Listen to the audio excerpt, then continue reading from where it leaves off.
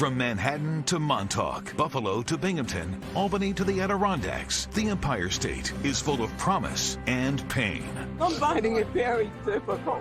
Gun violence, rising prices. It's absolutely ridiculous. Pandemic whiplash, wild weather. Who will be the governor to lead New York through the storm? Live tonight from Rockefeller Center, the leading Democratic contenders.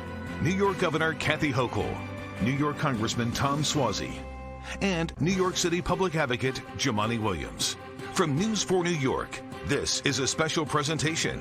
Decision 2022, the Democratic primary debate for New York Governor. Sponsored by NBC4, Telemundo 47, the Times Union, the New York Urban League, the Hispanic Federation, and the Coalition for Asian American Children and Families. Here now, News 4 New York anchor David Ushery. Good evening from Rockefeller Center, and welcome to the last governor's debate before the primary vote on Tuesday, June 28th. I'm joined by my colleague, News 4 Government Affairs reporter Melissa Russo, Alan Villafana, who's the morning anchor at Telemundo 47, and Casey Seiler, the editor of the Times Union based in Albany. This is a one-hour debate live here on Channel 4 and Telemundo 47, our digital platforms, and NBC's Peacock. The leading Democratic contenders for governor are here tonight. Their positions on stage were chosen by random drawing. We'll be asking questions in different formats tonight. You'll have 1 minute to respond to some, but others will be shorter. We'll offer a 30-second rebuttal at the moderator's discretion. We also reserve the right to cut off your microphone if you ignore the rules. But candidates, our goal here is for you to hear each other and for New Yorkers to hear everything you have to say. Good luck. Melissa? Thank you, David. Good evening, everyone. Good evening. Good evening. We'll begin with something different tonight to test your hopeful vision for the state of New York. We've already heard your campaign speeches. Now we want you to make your case to a few specific New Yorkers. We call it the 30-second elevator pitch. This is your opportunity to convey your optimistic idea quickly and powerfully. We'll begin with you, Congressman Suozzi. Today in New York, the price of gas is $5 a gallon. Meat, milk, you name it, everything is up dramatically as inflation soars. Across the state, people are struggling to pay their bills. How do you convince a mom or dad who's trying to make ends meet that their financial situation will improve if you become the governor? Please look into the camera and give that family your 30-second elevator pitch. Your time starts now. Thank you, Melissa. Buenas noches. Me llamo Tom Suozzi. Estoy corriendo para gobernador con mi compañera Diana Reina. Necesitamos su apoyo. We need everybody's help, and you need our help.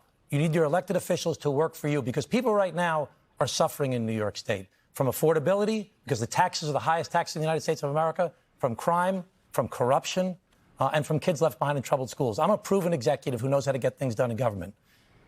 I'm a common sense Democrat. I'm not going to pander to the left. I'm not going to back down to the right. And I'm going to do whatever I can to serve you, the people, because I have a heart for the people and the proven skills to get it done. Thank you. Our next elevator pitch is for Governor Hochul. A salon owner in Midtown Manhattan is considering taking her family business and moving it to another state because customers are scarce. She's heard you say that office workers may never come back full time. How do you convince that salon owner to stay, that things will get better under a Hochul administration? You're speaking directly to her. You have 30 seconds.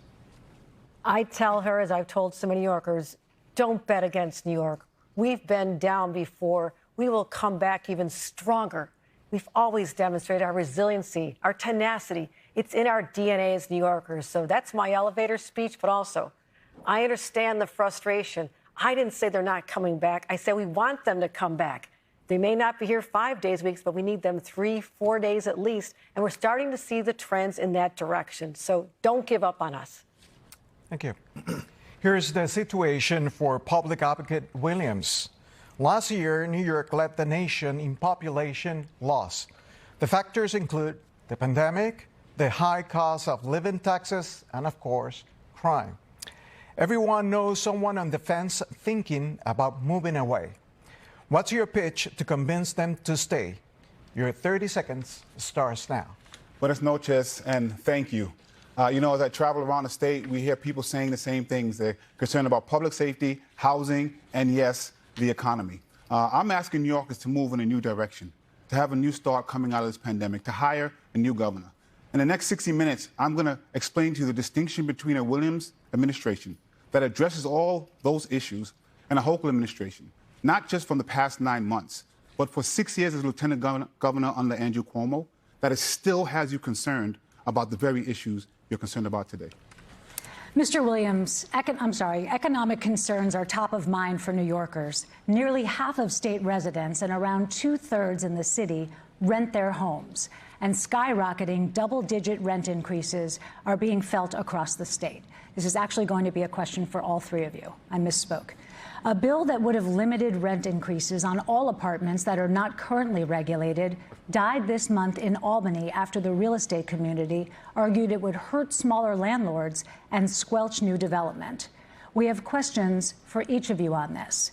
Ms. Hochul, that bill never reached your desk, but if it had, would you have signed it? And what specific actions will you take to keep rent in check? You have 1 minute. We are dealing with an affordability crisis that was there before the pandemic, and it's only gotten worse. To help these individuals, not in the future, but immediately taking office, I released over $1.6 billion in pent-up money to go to people who are struggling, trying to make those rental payments. We went from the worst in the nation in terms of getting that money out to people to the very first. Then we added another $800 million in the budget I just signed. So we are talking about getting real money into people's hands right now, as well as helping them with their utilities. So the combination, it's not going to solve the problem. This is a short-term solution, but we have to increase our housing stock. Our supply is dwindling. That's why I just signed a bill to allow hotel conversions to be able to rental units, affordability.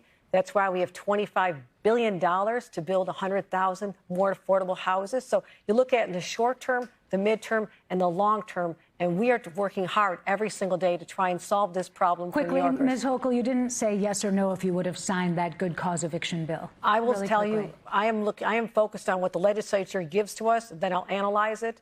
And then, as I said, let's keep focusing on getting the money out the door as quickly as we can. Mr. Williams, you support universal rent control. Critics argue it will kill new developments and jobs and, of course, affordable housing. How do you answer that? You have 1 minute. Just yesterday, I was at the Rent Guidelines Board, hearing people testify of not having gas for 3.5 years and facing a rent increase. We are among the highest cost of living in this nation. Yet, unfortunately, this administration would not support a good cause bill that simply says, if you want to evict a tenant, you have to give a reason. We have a plan to address this all over the state. And the current plan right now is to not sign that bill and to simply build and preserve 100,000 units of housing. Now, to the 20 million New Yorkers, to the 200,000 that are facing eviction, the 90,000 that are homeless, not to mention the people who are housed in overcrowded situations. That's not enough for one borough, much less the state. Our plan to build and preserve 1 million units when no one pays over 30% of their rent is the best way to address this. And that's what a Williams administration would do. You are still dealing with these issues because we haven't had the leadership that we needed before the pandemic and through the pandemic. And it's only gotten worse. And the best question you can ask after a session is the people who need the help the most got it, and they did not. Thank you. Thank you. Mr. Suozzi, you are opposed to capping rents on free market apartments, and you have said New York already has good tenant protection laws. As governor, how will you help people struggling with high rent? You also have 1 minute. Thanks so much, Alan. I want to go back to the governor for 1 second, where she says she's handing out all this money to people. That money came from the federal government as part of COVID relief that I helped deliver along with the New York delegation. And it came because Wall Street had banner record profits in 2020 and 2021 because of COVID. But we're spending that money irresponsibly. We already have the highest taxes in the United States of America. And when a downturn comes, we're going to be in a lot of trouble because of the irresponsible spending by this governor. We need to help the people in New York City Housing Authority. These people have been left behind for years. There are 500,000 people who live in NYCHA housing. And I can't believe the devastation in these apartments. I've seen apartments that were burnt out a year ago, 3 years ago, 7 years ago. I heard a story on the news the other night about a woman who died during COVID, and she wasn't found in her apartment until workers were working on her apartment 2 years later. So fixing affordable housing is NYCHA housing. It's building affordable housing, like a 421A plan, as well as building new affordable housing by converting office space that's now vacant into affordable housing. Can I rebut That is time. Yeah. Brief rebuttal, Thank you. Ms. Hochul. I disagree. I don't think that spending money on people who are at risk of losing their homes is irresponsible. I would do it any day of the week. And maybe you missed the press conference this morning I had with Eric Adams when we had a room packed of NYCHA residents who were so grateful that we were able to pass a nation-leading law that's going to free up billions of dollars, I mean billions of dollars, to help the people stay in their homes, but take care of all the problems, the areas where the boilers are broken, the elevators don't work, that they're infested, there's mold. We worked on that just hours ago today, and that's what leaders respond to that. That's why it would be great to support good cause eviction, to protect tenants who are facing eviction right now. And the reason that's not supported is because, as was said, the real estate industry dumps millions of dollars to buy policy that has you facing eviction, that has you home. We've got some other ground. David, if I may, please. We have some other ground to cover. Let me just say one thing. Very briefly. The NYCHA residents do not support that legislation, and it shouldn't be passed. It shouldn't have been passed without their input. Okay, we're going to move on. We have a few questions here with short answers, candidates. New York has the highest tax burden in the country. Is there a state tax that you would want to lower? Ms. Hochul? We've lowered gas tax temporarily to the end of the year. We also returned $2.2 billion back to taxpayers just in the last couple of weeks from their property taxes. We expedited a $1.2 billion middle-class tax cut. So, yes, we are putting money back in their pockets, but also helping with programs. Is there another tax you could eyeball that you'd like to lower? I'm focused on those taxes. I'll tell you one thing I'm not going to do. We're not raising taxes on New Yorkers because they have suffered enough. But a large part of their tax burden is education. Our extraordinary amount of money in education has helped relieve that. Thank you, Ms. Hochul. I'm Mr. sorry. Williams, is there a state tax that you would want to lower? I have to be clear, that not raising tax line is a Republican line that's meant to protect rich donors at the expense of people who need the assistance. So as a citywide elected official right now, I'm part of a lawsuit to try to right-size property taxes because our middle class, our working class families are paying too much in property taxes. That's something we should do statewide. But in order to do that, we must raise revenue from the 120 billionaires who have made $220 billion during the pandemic. When the governor says she's not raising taxes, she said that in a room full of millionaires and billionaires and raised $20 million from them.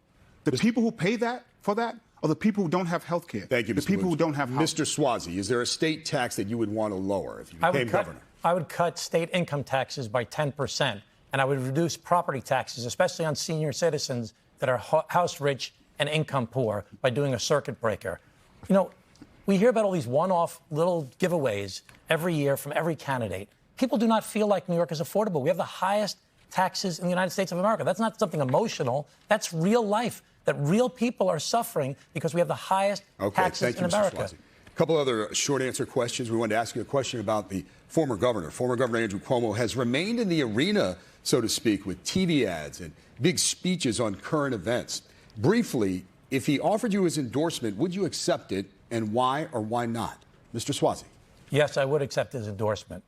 I think that he's still very popular among a lot of people in New York State, and while he has a lot of baggage along with what he's done, he's accomplished a great deal in the state of New York. Mr. Williams. I have to tell you, as a citywide elected official, I'm not running because I need a job. I'm running because people are suffering. We have the opportunity to have a new New York. I'm running to tell my daughter, when she can understand what's going on, that Daddy did everything he could to make the state better for her and for the families of New York. Would you accept the former governor? I would not. And when I ran for lieutenant governor, I made it clear the damage that this governor was doing. And if we had a lieutenant governor at that time that did the same, we might not have gotten as bad as we did. Thank you. Ms. Hochul. No, I would not, because the people of this state want us to look forward and not backward. That's what my leadership is bringing to this people, to the state of New York, as their governor. All right, another brief question for you. Have you ever voted for a Republican? And if so, who? Mr. Williams. I don't think so. Mr. Suozzi. No, I have not. Ms. Hochul. No, I have not. No. All right, a question on guns. The horrific racist massacre in Buffalo and, of course, the school shooting in Uvalde has focused many state and federal leaders on strengthening gun laws. But a U.S. Supreme Court ruling that's expected any day could change everything in New York. Many believe the court will overturn the state's right to carry gun law, making it easier for people to get permits and likely carry in public. The gun legislation recently passed in New York does not deal with what could be coming. New York City Mayor Eric Adams says this, quote, keeps him up at night. What specifically can the state do to ensure there isn't a new kind of flood of guns on the streets? You each have 1 minute to address this question. Mr. Williams, we'll start with you. Unfortunately, we're 10 years behind on this because we had a governor in Congress who's doing the work of the NRA. I've been working on these issues for 10 years. It's not theoretical to me. I can name you people in high school who are no longer here. A bullet went through my mother's car door and parked in front of her home. It is great that this state passed laws to deal with mass shootings. But in Buffalo, almost 40 people lost their life to gun violence. 10 of them were from this mass shooting. It was horrific. What pained me to see these commercials of signing these legislations, because that signing happened in the Bronx. And those bills did absolutely nothing to deal with the type of gun violence that you're speaking about right now. And if we had someone that has been working on this issue, what we would have done is what we asked for. Get $1 billion in this budget to address gun violence in a real way, the same way I helped lead this city, to reduce gun violence from 2012 to 2018. I'm probably the only one who's done that. But instead, we got $1 billion to build a stadium outside of Buffalo that needed the most help to begin with. Mr. Williams, can I just jump in? In fairness, you're criticizing Governor Hochul for evolving on the issue of guns, but you've asked New Yorkers to accept your evolution on issues like abortion rights and same-sex marriage. So what's the difference? Well, there's not really evolution when it comes to abortion, so let's be clear about that. There was an evolution. I've now made sure I center the people who are most affected. But there's a difference between saying something wrong and working always like I did to make sure that the LGBT community had the rights they need and make sure that women and pregnant people had abortion rights, and actively working against New Yorkers, actively working for the NRA where people died. We had a decade of death. That's why we're 10 years behind where we should be in leading this nation. There's no equation at all. Governor Hochul, the question on the table is about how will the state respond to the potential Supreme Court decision? Yes, and what I've talked about for a long time is ensuring that the state of New York, that governors do not have their power to protect their citizens stripped away by a Supreme Court decision that we believe is imminent. So we have brought together the smartest minds. We are ready to, the second this decision comes down, analyze within a few hours and know which tactic they use to strike down a law that's been on the books protecting New Yorkers since the early 1900s.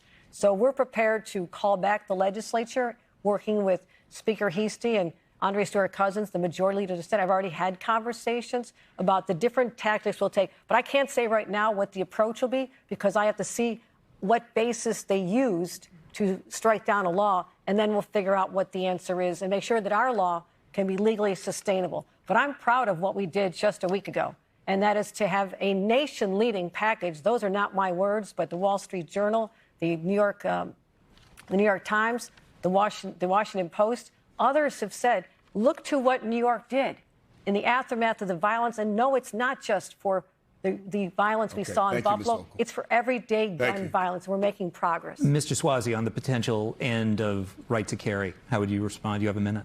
We have a gun crisis and a crime crisis here in New York State. And we have to be very clear about this. Melissa Russo referred to the fact that the governor evolved on this issue. Governor Kathy Hochul, when she was a member of the United States Congress, voted with the NRA, was endorsed by the NRA, and took money from the NRA. She says she's evolved. She didn't evolve after Columbine. She didn't evolve after Virginia Tech. The only thing that's evolved are the governor's political ambitions. The governor changes her positions based upon the office she's running upon. When she was in Congress, she said that she got a 50% rating from the League of Conservation Voters. When she was the Erie County clerk, she said she would report the undocumented to ICE. Now that she's running in a statewide election, needing Democratic votes in a Democratic primary, she had a running mate who supported defund the police as his main plank running for controller of New York City. So I'll bring together the legislature and try and pass legislation if the Supreme Court votes to overrule concealed carry. But remember, Kathy Hochul voted for concealed carry. Thank you, Mr. Suozzi. Ms. Hochul, a brief rebuttal? Those attacks, where do I begin? It's not an attack, Governor. That's the facts. You were endorsed by the NRA. You took money from the NRA. That's not an attack. That's the facts of the matter. I know you want to slough it off. Excuse me. It's my turn to answer the question. Go right ahead. We've been waiting months for you to answer this question. Please stop interrupting me. People want to hear my answer, which is I've addressed this. That attack is over a decade ago. Let's look at the endorsements I have received most recently. Mayor Adams yesterday the New York Times, the League of Conservation Voters, and everybody on this stage thought their endorsement, Planned Parenthood, and countless clergy, elected officials, labor leaders, people are supporting our efforts. So you can talk about decades-old attacks and try to whitewash what's going on in your record, but also people want to know what we're going to do for them. They're sick and tired of people fighting and fighting.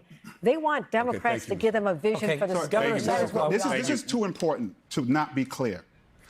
This gun violence cannot be solved by state legislation alone, and that is what is important. And people who are new to this, they always try to deal with the mass shootings because the handgun violence is harder to deal with. And that's what I've been working on in this city. And before the pandemic, was grateful to see gun violence go down. Right. That is why we asked on day one for $1 billion to address it. And on day two, we just structuralized. David, the governor said that I was trying to whitewash my record. I'll stand by my record 100%. All right. This governor said decades ago, it wasn't decades ago, it was in 2012 when she was running for United States Congress that she took money from the NRA. That's just the facts. That's not an attack. That's the facts of the matter. Let me ask you this final question on this, because there are other issues related to safety. But quick follow-up, do any of you own guns? And if so, what do you have? Mr. Suozzi? No. Mr. Williams? I don't. And we have to be clear. Those other 30 Buffalonians that were shot and killed deserve to have a governor that understands how to address that type of violence. Thank you. And Ms. Hochul? No. Okay, moving on to danger in the subway. New York City drives the state's economy, and the subway is the city's lifeblood. So everyone is invested in making the system safe. Shootings, robberies, and assaults, we know they're all up dramatically this year. Overall, crime underground has jumped more than 50%. People simply do not feel safe. We have questions for each of you. Ms. Hochul, one aspect of your subway safety plan involves using teams of social workers to move more severely mentally ill people off the trains and into psychiatric hospitals where they can get help, even if they haven't committed a recent dangerous act. Is that plan working? We focused on improving Kendra's law in the bail reform legislation that I just worked on to make sure that our laws are addressing the concerns of New Yorkers. And subway safety is paramount to getting people that sense of security, as well as getting them back to their jobs. So I've been very focused on this with Mayor Adams. We teamed up together and talked about a way to support people who may not be in a position to make decisions about their own health and welfare. They don't deserve to be living on a subway. That's inhumane. And it's up to us as a society to recognize that housing is a basic human right. And I will make sure that we do everything we can to help these individuals get the support they need. And that's why our $25 billion plan has money, over $1 billion, for supportive services as well. They are God's children as well. They need our help and support. Governor Hochul, a quick follow-up. Your administration tells us that in the first month of outreach by those teams we were just talking about, of 379 people encountered, 4 were hospitalized. Are you satisfied with that number? Well, that was what we announced back in January. I also put money in my budget, which has not been able to be executed yet. We have support teams going out there after we are able to hire more. So, no, we're not done. Everything we do, we're just getting started. We've been in this office just a matter of 9 months, and it's a long-standing problem. But at least we're recognizing it. We're not ignoring it and hoping it goes away. Thank you, Governor. People want real answers, and that's what we're giving them.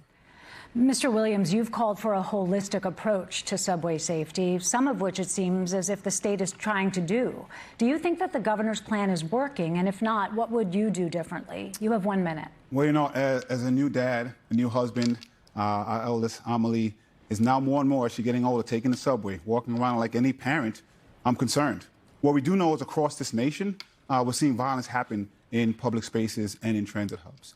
What concerns me now is, as I mentioned, this is not just about 9 months as governor. It's 6 years as lieutenant governor. And during that time, I was in the street trying to address this violence. And what we said each time when the violence happened is that simply adding police wouldn't help. One of my first reports, actually, I'll say this. There was a recent poll that asked New Yorkers what they most want to see to address this type of violence. They said housing, mental health, and responsible policing. We got zero money for housing vouchers. We don't have a continuum of care structure for mental health. The thing that we need is a governor who has been working on these issues, like I have in the city, to build a structured continuum of care for mental health. to make sure people have a Mr. house Williams. to stay in. Thank you. Mr. Suozzi, your 15-point crime intervention and prevention plan does not specifically mention the subways. What is your plan to keep New Yorkers safe underground? You have 1 minute. You know, we hear the governor's speech about, we're spending money on this and we're going to get to that and we haven't executed it yet. People are not safer. Under this administration, they are not safer. They don't feel safe. And the governor has not made crime a priority. Getting people off the subway requires the efforts under Kendra's law to actually implement the law and actually expand the power under Kendra's law. We have 18.5 million people in New York State. 1.5 million people have a serious mental health problem, whether it's schizophrenia, bipolar, or severe depression. A lot of them don't take their medications. These are the people that we're concerned about that we have to help, and we have to get them off the subways and off the streets where they're a danger to themselves and to others. And this happy talk that the governor is doing is not realistic. It's a pretension. This is the number one issue we face in the state, and the governor has not treated it like the number one issue that it is. Switching topics now, the shortage of home health aides is a statewide problem that, of course, predates the pandemic, but it's especially acute in rural, upstate regions where the population tends to be older. Many home care workers are quitting because they can make more money in retail or in fast food. What will you do to guarantee there will be enough workers to care for seniors? Ms. Hochul, we'll start with you. You just gave workers a raise of $3 per hour that's going to roll out over the next 2 years. But many say that's not enough. How do you answer that? You have 30 seconds. It's a start. I agree that we have lost too many people. And as we try to have fewer people hospitalized or in rehab or in long-term assisted housing, the place we want them taken care of is in their homes. The pandemic wreaked havoc on our entire healthcare system.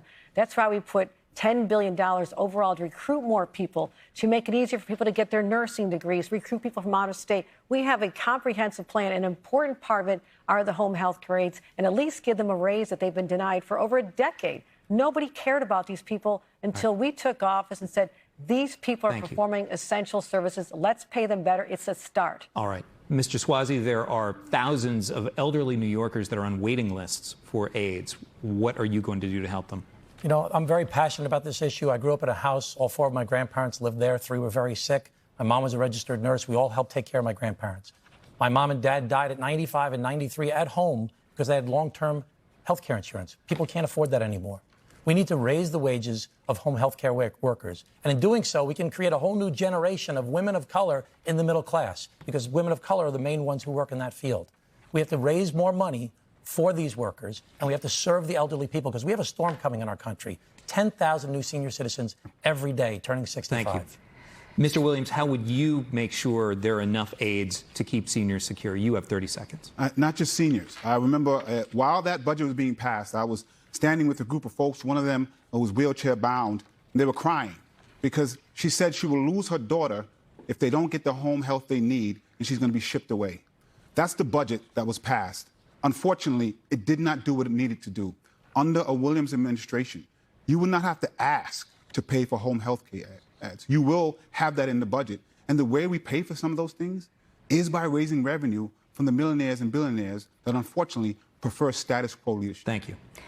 Climate change is making storms in New York more severe, and this hurricane season is predicted to be extremely active. After the deadly impact of Hurricane Ida last year, New Yorkers look to all 3 of you for help and for solutions to try to prevent the next disaster. Ms. Hochul, you announced a task force to investigate why so many people drowned and why subways in the city flooded. What did you discover, and what are you doing to keep that from happening again? You have 30 seconds. This is literally my first few days as governor. And it was devastating to walk the streets of places like East Elmhurst, not 1 day, not 2 days, but 3 days in a row, to give these people some hope. A lot of them, number one, were living in substandard basement dwellings known as accessory dwelling units. They did not meet code, and they literally drowned in their homes. So I came away with this with a renewed sense of passion. I said, this can no longer be the case. So in the short term, we got them support. We got money to them immediately. And for people who are not eligible for legal assistance, I said, no, we will take care of these people. Okay. But in the long term, it's about building resiliency, and that's why our budget And our plan for next fall on the ballot is $4.2 billion. Okay, thank you. The resiliency. Thank you. Mr. Williams, as public advocate, you pushed for legislation in the city to better prepare residents who live in flood zones. Is the city doing enough, and what would you do as governor? 30 seconds. If you go speak to some of those residents in Queens right now, they would tell you after the press conferences, they did not get the services. You can ask them yourself. The only thing worse than housing in this budget was climate. And we have to say and understand this is no longer a 100-year storm. We have an administration that does not support congestion pricing. We have an administration that will not support putting a moratorium on the type of crypto mining that is the worst type of crypto mining. We have an administration that did not fund our Climate Protection Act. Under Williams' administration, you wouldn't have to ask for that. It is something that I will just automatically do. Mr. Suozzi, you helped to secure federal disaster relief in your role. As governor, what would you do to better prepare the state? You have 30 seconds. We need much greater resiliency. We need to reduce the effects of climate change themselves, and we need to reduce the carbon gases that are causing climate change. I was the New York State Environmentalist of the Year for the entire state of New York back in the 2000s. I've always been endorsed by the League of Conservation Voters, not in this race, as the governor pointed out, because the governor has all the endorsements because she's got $30 million in the bank that she raised from lobbyists, from people trying to get a cannabis license, from nursing homes, and from developers. She's got all the inside game going. But when it comes to real life, people don't feel safer, they don't feel it's more affordable, and they don't feel the state is less corrupt than it was. Mr. Suozzi, so what should voters take away from the fact that Mayor Eric Adams, who is your friend and wanted to hire you at one point, that he endorsed Governor Hochul? It's another political reality that we have to face. They say if you want a friend in politics, get a dog. I still consider Mayor Adams a great friend. But the reality is he had to face the political reality that this governor has an enormous amount of money in the bank and has a lot of power right now. Okay, thank you. Ms. Hochul, we'll give you a few seconds, please. There's a lot up there. But one issue the public advocate mentioned, I support congestion pricing 100%. I'm not sure where the allegation came that I don't. In fact, I had a meeting today to talk about how we can shave more time off the implementation of this. And we talked to the White House because they've given us some hurdles I mentioned the last time I spoke. And they are now saying, OK, we understand your sense of urgency. So they're working in partnership. Thank you, Ms. Hochul. It will happen here in the state of New York. It was said that at least not for a year. I'd still like to hear about the crypto mining and why the Climate Protection Act is not funded. The state agency said we need $10 billion. Okay, we didn't get anything close in this budget. All right, we want to get a couple of questions here about New York public school curriculum. Yes or no, do you believe that New York school districts should be required to implement curriculum that incorporates sexual orientation and gender identity in elementary school, as some state lawmakers have proposed? Mr. Williams. But we have to be clear. So the short answer, if you're going to ask, is yes, but we have to be clear. We just have to teach children at the level that they can understand and not above that. And so sometimes when this question is asked, we hear the word sex and we think we're going to be saying crazy things to young people, but we're not. Mr. Williams. Mr. Suozzi? I wouldn't teach children under 5th grade about sexual orientation or about genitalia or about sexuality. I think that that's up to parents to do that. Ms. Hochul. Parents will always be on the front line of decision-making when it comes to their children's education. But I will say that to say that someone, Tom Suozzi says he would not support legislation, he supports legislation such as Don't Say Gay, that is discriminatory. And this is the state of New York, the birthplace of the LGBTQ plus movement. We're proud of that. We're willing to teach history. Ms. Hochul, I just want to be clear. Would you support a mandate for the curriculum? Everything has to be age appropriate and parents involved. Elementary. The question was about elementary school. What is age appropriate? Elementary school? That I'm going to get involved with the parents. I'm not going to stand here and make it. Excuse me, I'm giving an answer. I'd like to hear the answer. I will answer the moderators. Yes, just to repeat, we were asking about a mandated curriculum requirement to teach. This is something that we have to involve the parents, the teachers, and the local school boards. Can I just say, if a young child is abused sexually, but does not understand what happened, how are they going to seek help? And these are the things that we have to talk about, so it's not a cookie-cutter question and not a cookie-cutter answer. We have to make sure children have the information they need. Okay, we have another question about David, curriculum. I have to answer one thing. She said that I support the Don't Say Gay law, which is she knows 100%, Governor. You know, Governor, you know that that's not true. I said very clearly I'm a 100% against that law. Back in 2009, I wrote All an right, op-ed piece to the New York Times. All right, Mr. supporting Suozzi, same-sex marriage. you've had a second there to rebut.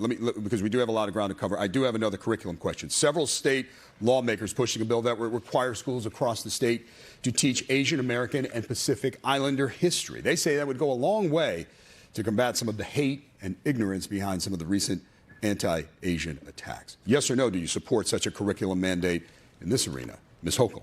I do, because our history is so important. And we have seen a rise in hate crimes, which is one of the reasons I worked on getting hate crimes covered again in our laws. I have been with communities after there have been attacks, and it's painful. Yes, we should teach the history and the contributions, but also we've had a rise in anti-Semitism. We need to make sure that we're teaching our children how wonderful our diverse culture is and why New York is the great state it is. Mr. Williams, they learn it in school. A curriculum mandate to teach Asian American and Pacific Islander history. I'm a public school baby from preschool and masters in New York public schools. What we have to do is, at some point, teach history. And that history will include everyone. But right now it doesn't. And so we have to pass these laws to make sure that everybody sees themselves in the history. So you'd support a mandate? I support mandating, making sure that we have. The short answer is yes, but again, these cookie-cutter questions sometimes doesn't get to the answer, to the real problem. The real problem is we're not teaching real history and history that represents all of New Yorkers, and that's what we have to do. Okay. Mr. Suozzi. Yes, I do support it, and we should find funding to help pay for it. It can't be an unfunded state mandate. I supported in Congress the Never Again Education Act to provide funding to teach about the Holocaust. The hate that we see in the society today, a lot of it comes from lack of education, and we have to educate children much better. Okay. We have three quick questions about state spending and your priorities. On the Excluded Workers Fund, the state has spent around $2 billion last year to provide aid to people who couldn't get unemployment benefits, mainly undocumented immigrants. The money has run out. Yes or no? Should this money be offered again in next year's budget? Ms. Hochul. The Excluded Worker Program was designed intentionally to be immediate relief for people suffering from the effects of the pandemic when their jobs were lost. People who worked in hotels or hospitality or in the entertainment fields. The jobs are coming back, so the temporary relief granted at the time is not needed. We have a situation we have to connect people with the jobs that is now there. I can't tell you how many employers I talk to who say, please give me the workers. We find them, we train them, we get them a good job to help lift them up. Mr. Williams. Do you know what hurts is, as County Clerk was mentioned, the governor said she would set up an ICE post and arrest people who came to apply for government services. And there's a through line to that, and now with the Excluded Workers Fund. The governor refused to even put $1 in that fund, when those were the people who helped this state move during the pandemic. Yes or no? Of course, in the Williams administration, that fund not only should have been funded, but it needs more money. Mr. Suozzi. Again, the governor, as county clerk, as the public advocate just mentioned, said she would report undocumented people to ICE. This is another position she's evolved on, as she says. I was the New York Immigration Coalition Person of the Year for the work that I did for the undocumented, having set up the first day worker shape-up center anywhere on the East Coast of the United States of America yes or no? in 1994. And I would not support putting more money in this fund because we already have the highest taxes in the United States. But the reason the money wasn't put in there is because it was for undocumented New Yorkers. Okay. And there's a concern that you'd lose votes if you do that. You have to be a governor that will make sure New Yorkers are safe in their home and have a question on abortion. With the Supreme Court apparently poised to overturn Roe v. Wade, Governor Hochul recently allocated $35 million to bolster security and capacity at reproductive clinics. Our question tonight is this: yes or no? Should New York tax dollars also pay for travel and lodging for women coming to New York to obtain a legal abortion? Mr. Williams, that question goes to you.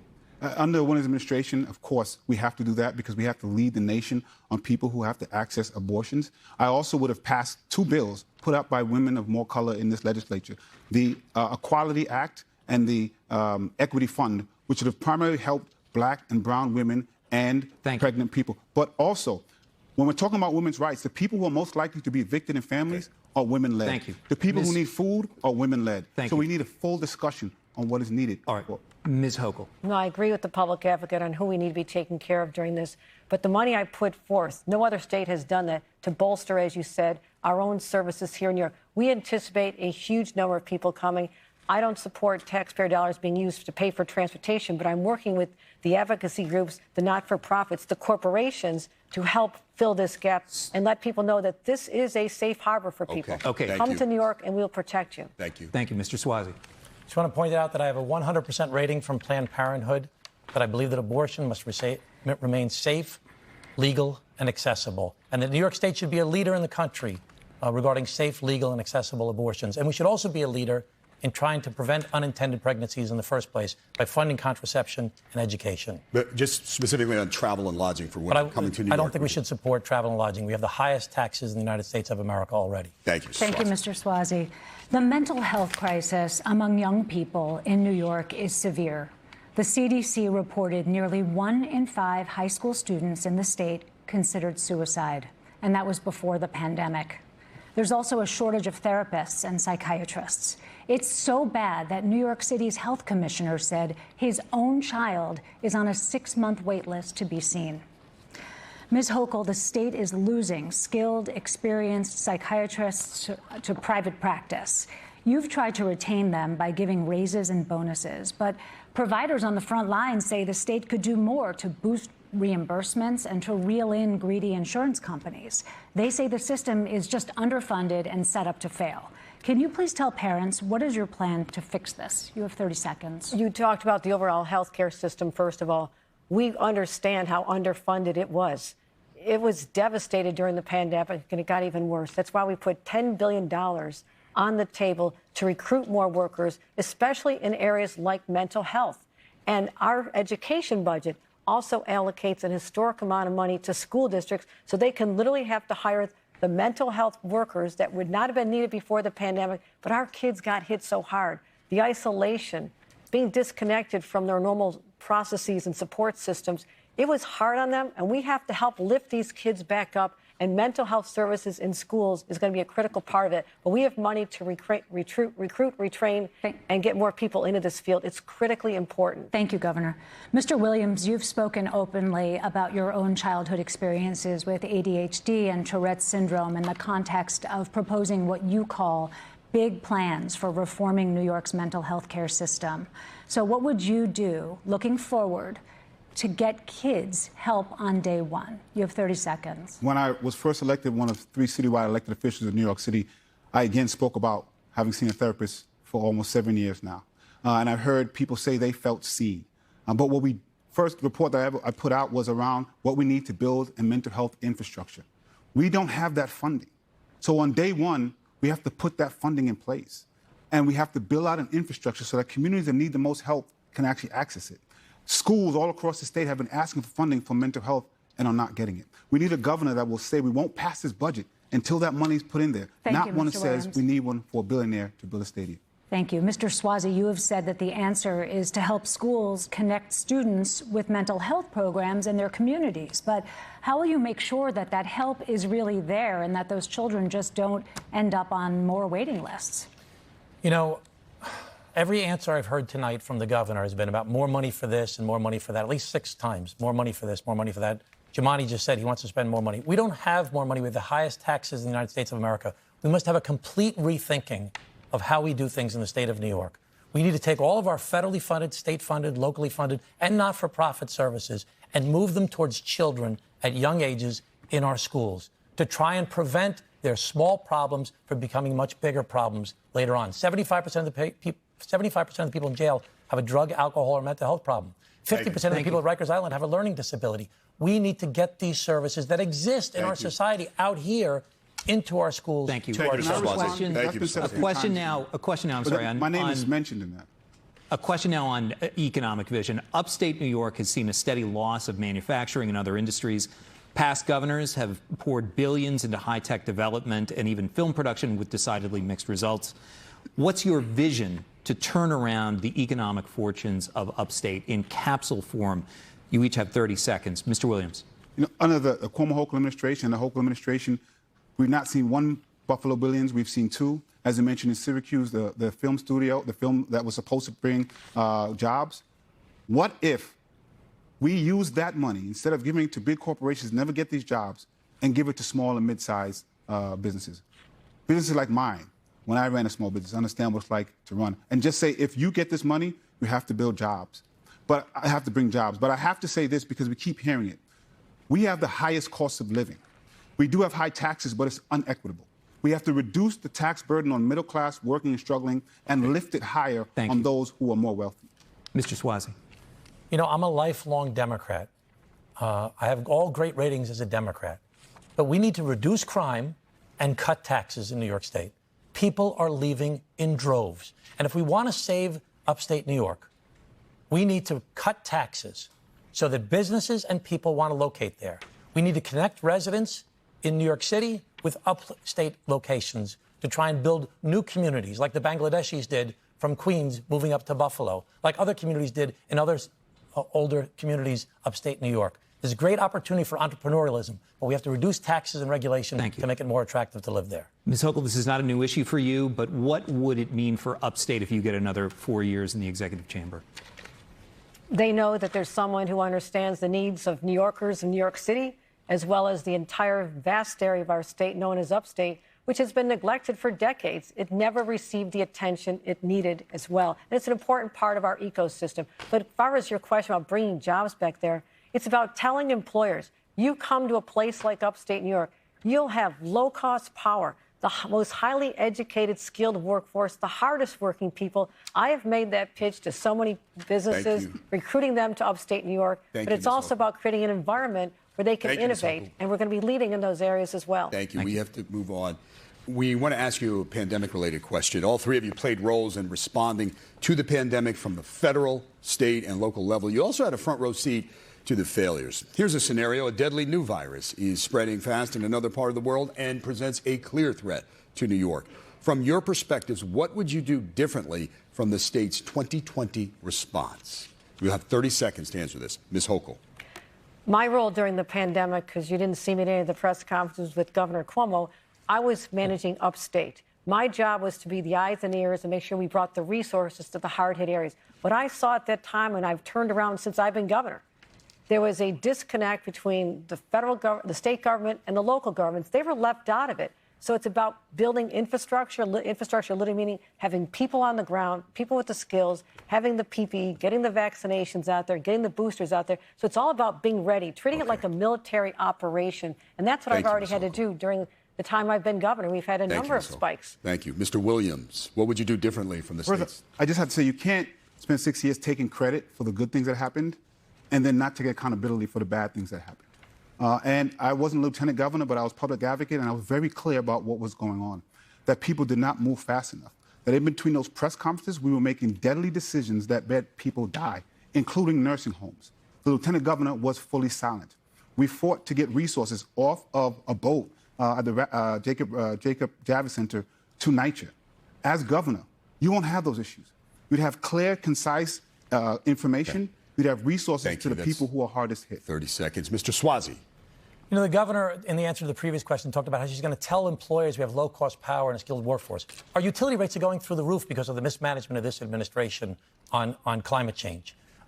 People are not coming back to New York State. There has to be a rethinking. It can't be the same old blather that we've been hearing for years about how to solve this problem. As far as COVID, the governor was in office when we had a COVID spike with Omicron, and she mismanaged it. She did 300 fundraisers from August until December while there was a COVID spike going on.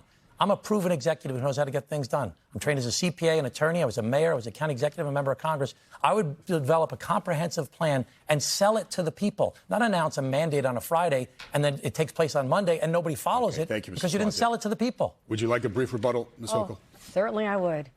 The question was about the previous administration. If you want to talk about how we managed COVID, we worked hard. I brought in a top expert, Dr. Mary Bassett, and we went out there and talked to the public. We listened to their concerns. We started more vaccination sites. I had 92 million test kits that were given out to areas all over the state, high-need area. So we have already dealt with it. We drove the numbers down, and they're continuing to decline as we speak. Thank you very much. In the governor's own words, it was a very important part of the prior administration. I just want to make that clear. Alan? Thank you. Thanks. You have each selected a candidate for lieutenant governor. A job recent history has proven to be critical when governors go down in scandal. In 30 seconds, describe why your running mate is most qualified to be second in command. Ms. Hochul. I picked someone who I knew could step in if necessary. I have utmost confidence in the ability of Antonio Delgado, from his life experiences, growing up in upstate, but also working in New York City. He has connected with communities. He has experience as a member of Congress. He won in a very tough district. He connects with people and has a vision that I share with him and he shares with me to lead this state forward. But I'm not going anywhere anytime soon, so he's going to have to wait. Mr. Williams, 30 seconds. You know, as I mentioned, I didn't run. I'm not running for governor because I made every political calculation to eventually be elevated.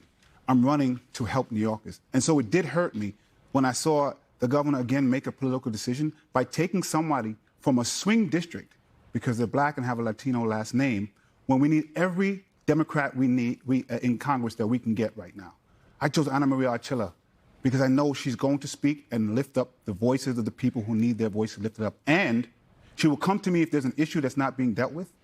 But I know, unlike the previous administration, when we needed a lieutenant governor to speak up and didn't have it, she will. Mr. Suozzi. Let's just point out that the governor's first pick for lieutenant governor was arrested for bribery and corruption. The first decision she made 100% on her own, despite scandals swirling about him, she picked him. She doubled down on him. She tripled down on him. And he was arrested for bribery and corruption. She says, oh, I didn't know. I was disappointed. We're disappointed, Governor. We're disappointed in the lack of judgment that you used during that process for a political decision. My running mate is Diana Reyna. She was a city councilwoman from Brooklyn for 12 years. She served as the deputy borough president to Eric Adams for 4 years. When she's elected, she'll be the first Latina elected statewide in the history of New York State. Thank you, Mr. Suozzi. He brought me up. Yeah. The word hypocrisy does come to mind. How someone, the only person on the stage who's actually under an active investigation by the House Ethics Committee, parentheses around ethics, you're under investigation for past violations as well as a new investigation. So you're not really in a position to lecture anybody about ethics, Congressman. Okay, so the Governor Hochul is referring to the Stock Act in Congress where I didn't fill out the proper paperwork. That's nothing compared, Governor, to your insider deal with the Buffalo Bills, where you gave $1 billion to the Buffalo Bills, the most lucrative giveaway of taxpayer dollars in the history of the NFL. And you had no public hearing whatsoever. 4 days before the budget was due, you announced that deal. You picked Brian Benjamin, despite his ethical scandals, and he got convicted. He got arrested for bribery and corruption, and yet you continued to double down and triple down on it. Okay, I don't have a corruption scandal, but I would like some time also, if that's possible. Well, because I was so directed, and then I'll give you some guidance briefly, please. No. I mean, we've already addressed these issues. Mr. Williams. I just want to talk to New Yorkers because they know they are suffering with public safety scares, housing, and the economy. Okay. And I'm saying that because what we saw was a political deal to get a swing state Congress member to be lieutenant governor. Okay. We need to have representations to move us in a new direction. Can I say something to that, please? All right, let me. Governor Antonio Delgado can make his own decisions. Right. He made a decision to be my running mate because he knows we're going to win, and he knows that we're going to govern in a true partnership. Okay. That's why he decided. I think you've addressed your second in command. Melissa has a follow-up. Because the subject of the Buffalo Bills deal has come up a number of times, Governor Hochul, I want to ask you this. It's not the only deal of yours that's being criticized as a sort of big-ticket giveaway that was sort of slipped in toward the end of the budget or the end of the session. There was also a late decision to give the computer chip industry in New York State up to a $10 billion tax break without a lot of time for public discussion. So is this the kind of transparency that you promised to taxpayers? I have promised transparency. We've delivered transparency. What I'm talking about is also, we talked about how we can get jobs to upstate New York. We are in a global competition for businesses like semiconductors, manufacturers of chips. The business that we're looking at to attract here said that we need to get laws passed by the federal government. Senator Schumer is leading on this charge to help get the proper tax relief in the law so we can supplement this. But also, they wanted the state of New York to also be supportive. What that means is we're not giving $10 billion to anybody, any money, until they come here, plant the flag, create thousands of jobs, and then we can give them a break on their taxes somewhat. But the economic benefit of luring these major businesses will be transformative. Transformative. We're in the final minutes of the debate. There were a few other questions we wanted to ask you. One, we wanted to give an opportunity to voters to see your willingness to accept responsibility for your mistakes. So with that in mind, what's the biggest mistake you've made during your career in public service? Try to keep the answers to 15 seconds or so. Mr. Suozzi. When I was mayor of Glen Cove and I built a new city hall, police station, city court, and EMS building, I wanted to put the EMS building on the left side of the firehouse, and I didn't listen. And the firefighters fought back against me, and I had to put it on the right side of the firehouse. Okay, Mr. Williams, I did that. Your biggest mistake in public service? I'll probably say at the beginning of this pandemic, like most of us, I was telling people we need to go out. We need to support small businesses. As we got information, I changed that quickly and said we need to shut down quickly and make better movements. I wish we had a lieutenant governor and a governor that would have moved as quickly as I did. Ms. Hochul. As I've said, it was deeply personally disappointing me, but yes, we should have done more investigation in the short time we had with limited staff in the selection of a lieutenant governor. All right. A few brief questions we're going to try to get in here. For decades, if not centuries, New Yorkers have struggled to answer one key question. In your opinion, what's the border or landmark that divides upstate and downstate? Mr. Suozzi. I say north of Putnam and Rockland County. Ms. Hochul. Upper border of Westchester. Mr. Williams. Well, upstate is a direction. And if you're from Brooklyn, upstate is actually the Bronx. But I'll probably just say above Poughkeepsie. We're wondering if you ordered a bagel, what your order would look like. What would your bagel be? The New York question. Mr. Williams? My mother, when I was younger, always got me a bagel with lox, cream cheese, some onions, and capers. Mr. Suozzi? I'll get a poppy seed bagel with tuna fish on it. Ms. Hochul? I have a sweet tooth. Everybody knows that. It's going to be a cinnamon raisin with whatever sweet cream cheese they'll put on it, usually maple syrup. If you have an extra ticket to see the Knicks in the playoffs at the Garden, what celebrity would you take as a guest? Mr. Williams? Well, first of all, thank God. You know, it's a disease to be a Knicks fan, and so I just want to hang on to that belief that they'll be in the playoffs next year, and I'll probably take my family, who I forced to have this disease with me. Okay, no celebrity there. How about you, Mr. Suozzi? I was going to say the same thing. I was going to bring one of my kids. Okay, and Ms. Hochul? I don't see enough of my husband these days. I'd love for him to sit at a game with me. We could actually have a long conversation. But we love basketball. Looking forward to that day. All right, final one. What's your favorite movie that's set in New York, Mr. Suozzi? Favorite movie set in New York is probably Sabrina, because it was from my hometown of Glen Cove. Okay, Mr. Williams? There's a lot, but I'll probably say Malcolm X. Okay, Ms. Hochul? I would say Home Alone 2, but the edited version when they dropped Donald Trump out. Okay. Governor Hochul, public advocate Jumaane Williams, Congressman Suozzi, thank you all for a spirited debate. Thank you. That's all the time we have. From all of us here at NBC4, Telemundo 47, and the Times Union, we thank you for watching. And don't forget, early voting starts Saturday, and the primary is Tuesday, June 28th. Get out and vote. Have a good evening.